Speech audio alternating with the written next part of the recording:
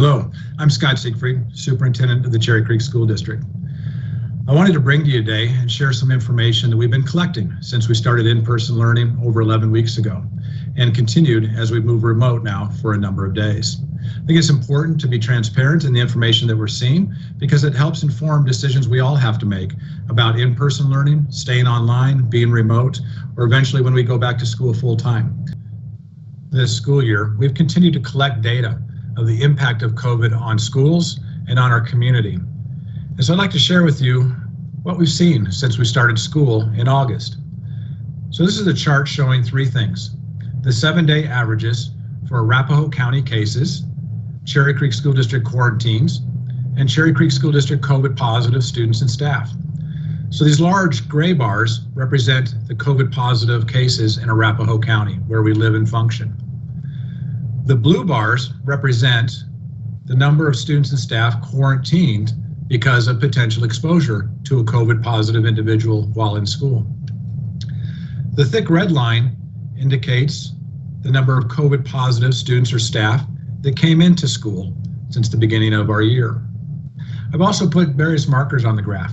Our first day of school, where we were able to start targeted quarantine because CDPHE changed some of their guidelines.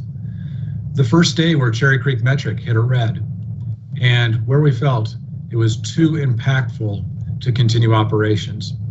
And then I've also highlighted a few of our breaks: Labor Day, fall break, and Halloween. So as you can see, the beginning of the school year, as we implemented the multiple overlapping safety strategies in the schools, cases in Arapahoe County remained low, school cases remained low, and we were moving along very positively. But starting in October, we began to see an uptick of cases in Arapahoe County. And then we continue after Halloween to see that significant rise in the case and the spread in our community. I look specifically around this area and start to see and can see the increase in cases coming into school, the significant jump in the number of quarantines that we've had to do in school, both staff and students. And at some point in here, it became very difficult to continue operations with so many individuals either quarantined, having to stay home operationally because we just couldn't function or run part of the school or the program, and individuals that were COVID positive coming into schools. Got to this point right around here where, regardless of what the metric said, it became impossible to continue operations. And so as I look at that, I start to learn where maybe we can adjust the thresholds on our metric to represent maybe not back here, but up here where the data started to really impact us. Looking a little deeper and specifically breaking out the impact by level, this is the number of cases, COVID positive cases by level that impacted our schools: early childhood, elementary, middle school, high school, and staff members. You can see the numbers, but the most important piece is to look at the percent of population. Because if you look at elementary specifically, 113 cases is a lot more than middle school. But in elementary school, we have 6 grade levels of students, a lot more students in elementary school. And that's why the percent of the population is only a 70.7%. In middle school, even with that lower number, there are only 3 grades of students. So 0.92%, and then the highest number at high school is a 1.65%. And so that mimics what we start to read about and hear in the science and literature, that elementary students spread it less readily throughout schools and throughout community. It's not that they don't get sick, they do, but they don't spread it as much as some of our older students. I'd also like to share a project that we've been leading in Cherry Creek of multiple districts where we've been collecting data and collaborating, looking at quarantine impacts on students and the number of students that became COVID positive during quarantine. We started collecting this data in August and continue to this date. This chart shows, very similar to the first graph, the large blue lines are the number of COVID positive cases for that week across the entire state of Colorado. And that's why the numbers are so large, over 30,000 this last week. You can also follow the numbers down here in the chart. The November 14th week was actually 31,700. The orange line is what these 35 districts from across Colorado are collecting. This is the number of students that have been quarantined on a weekly basis. And you can see the increase along with the COVID positive cases in the community. because we can't separate ourselves from the community. So back in August, that first week of August 22nd, there were 2,000 COVID positive cases across the state of Colorado.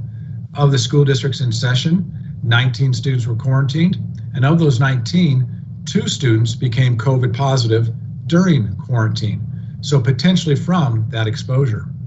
Looking over time, you can see all the lines increase significantly, except for the red line along the bottom, which again represents the number of students or staff that became knowingly COVID positive during quarantine, again, potentially because of that exposure.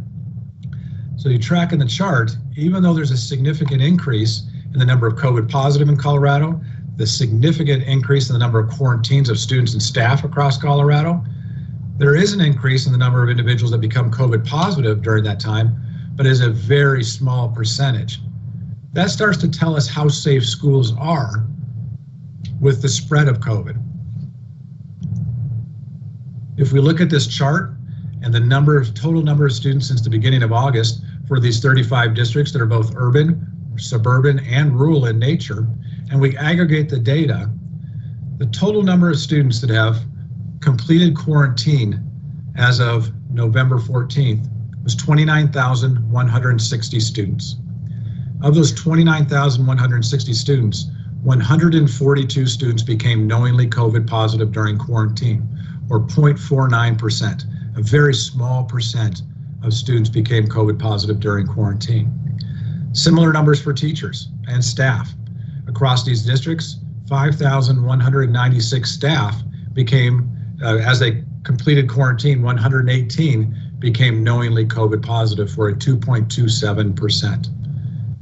So the conclusion I start to draw from these multiple sets of data is that schools do not contribute to the spread of COVID due to the universal implementation of the multiple overlapping safety strategies. However, when the virus is uncontrolled in the community, it is brought into schools to such an extent that normal operations are not possible. So we have to balance this, look at what's happening in our community, because we do not operate in a vacuum. And when there's so many COVID positive students and staff coming into schools, it becomes operationally impossible to continue schools in person. At the same time, I feel confident saying that COVID is not spread in schools, and schools are not the cause of additional spread. So as we as a community continue to get COVID under control, we can contemplate this data and the impact it can have on our metric in Cherry Creek and how we look at coming back, hopefully sooner, but also safely. So thank you for taking a few minutes to let me share some of this data with you. I think it's important that we are transparent with all of the information we have. I wanted you to know a little bit about what I'm thinking about the data as we continue to learn from it and grow from it and evolve from it. Well, thank you for the opportunity for me to share a little bit of data with you. I think it's important that I can maintain the transparency that we started in Cherry Creek this summer, share with you what we're seeing, what the picture starts to paint for us as we continue to contemplate the weeks, months, and the rest of the year ahead of us. Thank you.